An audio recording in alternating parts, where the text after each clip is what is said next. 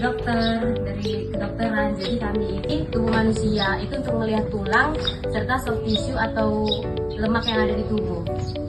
Ada juga bayangannya seperti cahaya senter, namun sinar ini bisa membantu dokter untuk melihat apa yang patah tulang. Ada juga nanti osteoporosis itu pengapuran. Pengapuran itu biasanya terjadi pada nenek-nenek.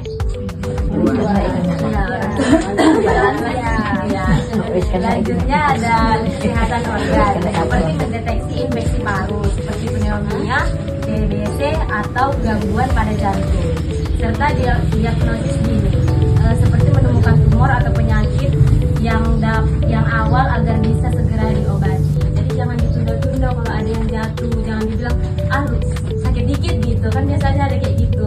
Jadi kalau bisa kata aja lagi foto, makin parah. Terus ada membantu dokter untuk mengambil keputusan.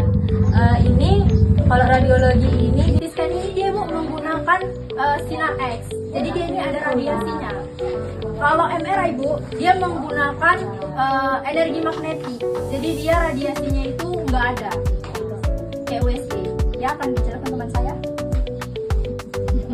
USG semua USG itu. Iya dia sama seperti USG. Kalau USG itu kan Bu, dia menggunakan gelombang suara. Kalau dia di MRI ini, dia itu menggunakan magnetik, energi magnet itu. Jadi dia nggak ada radiasinya Bu. Efek di dalam tubuh itu ada nggak gitu maksudnya itu? Nanti ke jangka panjangnya kita ada nggak? Kalau misalnya CT scan itu kalau berlebihan dia bisa ada efek langsungnya.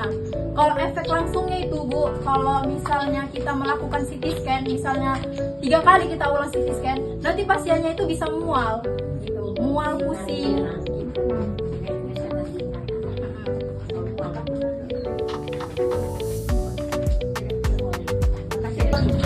Dosis radiasi dia sangat tinggi. Kalau kita kan di ronsen itu dosisnya sangat kecil kita gunakan. Jadi kita tuh kalau hanya sekali ronsen kita nggak akan kena yang terlalu berlebihan, dosisnya masih aman.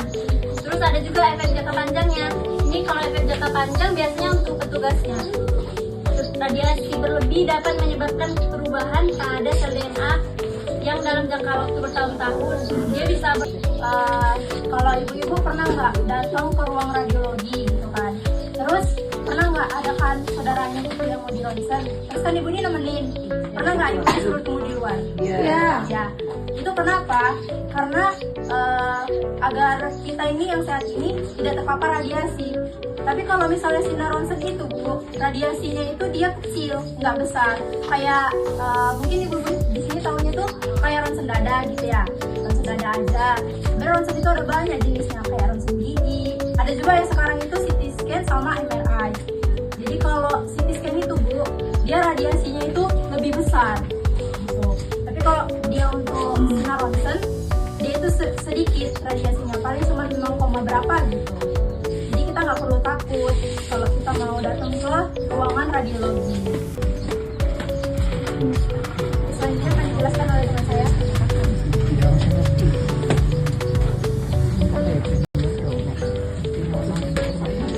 Agar radiasi sekecil mungkin, dan kemudian ada limitasi di situ, pembatasan jumlah paparan agar tidak melebihi batas aman. Ya, jadi maksudnya di sini Bu, maksudnya batas aman dan mempercepat waktu itu biar kalau kita ada nemenin pasien kita di ruang radiologi, kita itu gak berlama-lama di dalam ruang radiologi, karena semakin lama kita di dalam ruang radiologi itu semakin banyak radiasi yang kita serap. Jadi kalau misalnya kita semakin banyak menyerap radiasi di dalam ruang radiologi itu, mungkin bisa timbul efek kayak luka bakar gitu karena akibat radiasinya gitu. Tapi kalau di ronsen kita radiasinya kecil, kecuali kalau misalnya ibu-ibu pernah dengar nggak kalau ibu hamil itu nggak boleh masuk ruang radiologi? Nah, kenapa? Jadi kalau ibu hamil itu kenapa nggak boleh masuk ruang radiologi? Karena kalau dia masuk ke dalam ruang radiologi, nanti dia akan terkena radiasi dan bisa membuat DNA-nya itu rusak, DNA si bayi itu jadi rusak. Jadi nanti bisa menimbulkan kecacatan atau kelainan genetik lainnya. Oke, itu saja yang bisa saya sampaikan. Kalau dari ibu-ibu ada yang mau ditanyakan boleh. lagi kita ke opo. Ketemu itu. Atau masih Langsung ditanya kita ke opo. seperti apa boleh ditanyakan lagi?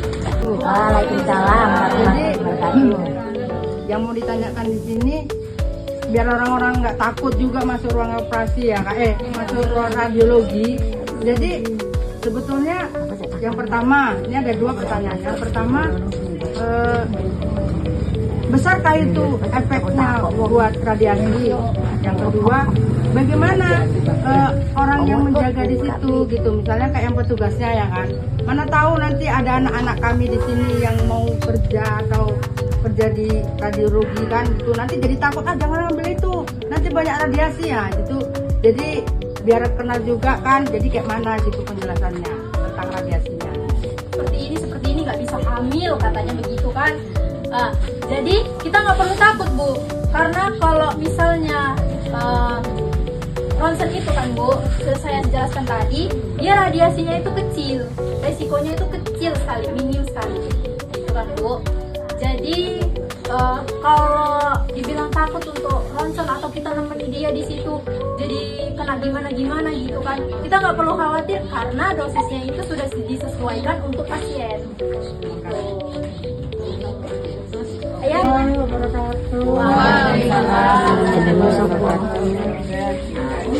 Kenapa kan kita kalau mau di ronsen apa di apa tadi, kenapa kok kita nggak ditanya? Anak Edo. Yang pertama itu karena kan itu sinar X itu untuk melihat tulang. Jadi otomatis kalau kita pakai benda logam atau bra aja gitu yang memfoto toraks, itu bakalan kelihatan logamnya. Kecuali kalau dia itu pakai baju gini, kain, dia itu masih bisa. Kalau manik-manik, logam, besi, contohnya kayak yang berhijab kan, dia mungkin kepala gitu. Itu harus dibuka, bibit rambutnya juga. Ganti sama baju masih. Kenapa tujuannya kok disuruh buka? Iya Bu. Kenapa? Biar kita kan kalau kita foto ronsen itu kan namanya bayangan kan Bu ya. Iya. Nah, jadi kalau kita foto ada nampak besinya, dikiranya kita nelen besi Bu.